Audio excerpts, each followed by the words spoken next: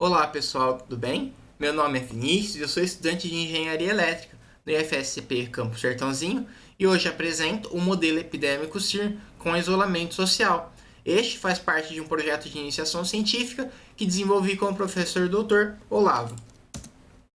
Bem, a pandemia da Covid-19 aqui no Brasil já tem mais de 6 milhões de casos acumulados e mais de 172 mil óbitos. São dados preocupantes que afetam a gente diretamente ou indiretamente, né? E aí surge a questão como controlar essa epidemia para que esses números diminuam. A resposta já foi dada e creio que todos nós estamos vivendo isso, que é o isolamento social. Mas a questão que a gente vai abordar aqui hoje é como que o isolamento social funciona dentro dos modelos? Como que um modelo simples prevê o isolamento social, quais são as consequências e benefícios, tá? Eu começo apresentando o modelo que a gente desenvolveu, que é o SIR com isolamento social. Ele tem 3 compartimentos.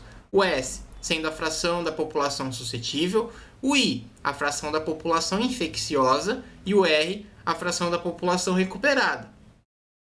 Os 3 em função do tempo. E aí, imagina uma pessoa, ela está suscetível, ela contrai o vírus, ela fica infectada, e depois ela se recupera, ela vem para esse compartimento. Então, isso daqui varia ao longo do tempo, o número de pessoas em cada compartimento. Na verdade, é a fração, né?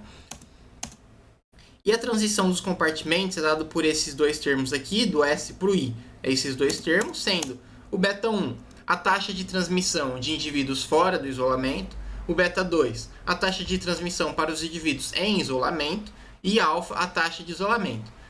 O beta significa mais ou menos a potência de um vírus ser transmitido em uma população. Então esse beta depende de população para população e ele é diretamente proporcional ao número de contatos diários.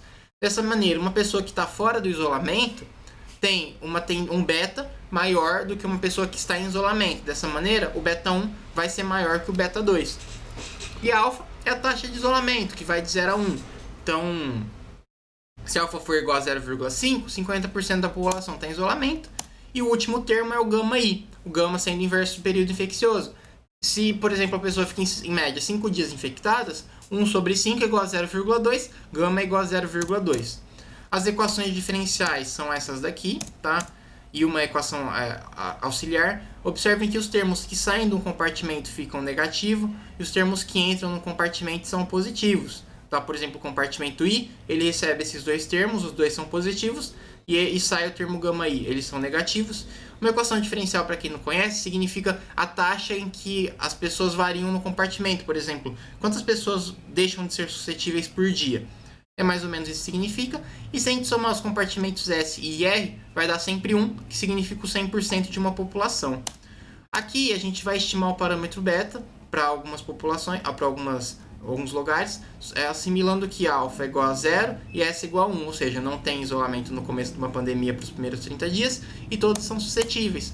A equação diferencial 2, a gente substituindo essas condições, a gente tem isso daqui, resolvendo ela. A gente passa a ter essa exponencial, aqui a gente tem 3 países que foram feitas uma regressão para obter a melhor exponencial que se adequa, e ainda se a gente aplicar ln para os dois lados, a gente passa a ter uma reta. Assumindo que gama é igual a 0,2, a gente tem a estimativa do beta 1 para alguns países, tá? Aqui nos resultados a gente tem que, para uma simulação, aqui o número a fração de pessoas infectadas. Se a gente não tiver isolamento, quase 25% da população vai ficar infectada ali no dia 30, mais ou menos. Em compensação, se 60% da população ficar em isolamento, menos de 5% da população vai ficar infectada ao mesmo tempo. E olha a diferença, né, entre esse e esse. Acho que é bem visível que a base fica mais larga também.